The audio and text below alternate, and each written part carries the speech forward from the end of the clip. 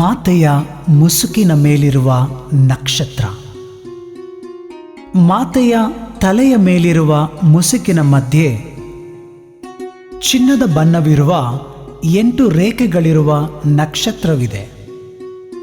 ಇದರ ಹತ್ತಿರ ನಕ್ಷತ್ರದಂತಿರುವ ಚಿನ್ನದ ಶಿಲುಬೆಯೂ ಕೂಡ ಇದೆ.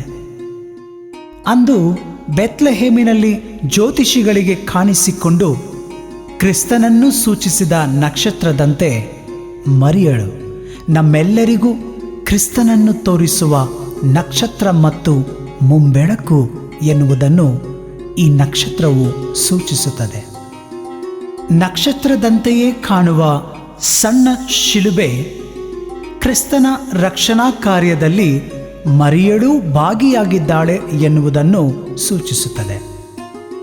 ಕ್ರಿಸ್ತನಿಗಾಗಿಯೇ ಜೀವಿಸಿ ಕತ್ತಲಾಗಿರುವ ಈ ಜಗತ್ತಿಗೆ ಹೊಳೆಯುವ ತಾರೆಯಾಗಿ ಕ್ರಿಸ್ತನನ್ನು ಬರಮಾಡಿಕೊಂಡ ಮರಿಯಳು ಇಂದು ನಮ್ಮನ್ನು ಸೃಷ್ಟಿಸಿ ಕಾಯುವ ಪಿತದೇವರಿಗಾಗಿಯೂ ನಮಗಾಗಿ ಪ್ರಾಣವನ್ನೀಗಿದ ಕ್ರಿಸ್ತನಿಗಾಗಿಯೂ ಹಾಗೂ ನಮ್ಮಲ್ಲೇ ಜೀವಿಸುವ ಪವಿತ್ರಾತ್ಮರಿಗಾಗಿಯೂ ಜೀವಿಸಲು ಕರೆ ನೀಡುತ್ತಿದ್ದಾರೆ.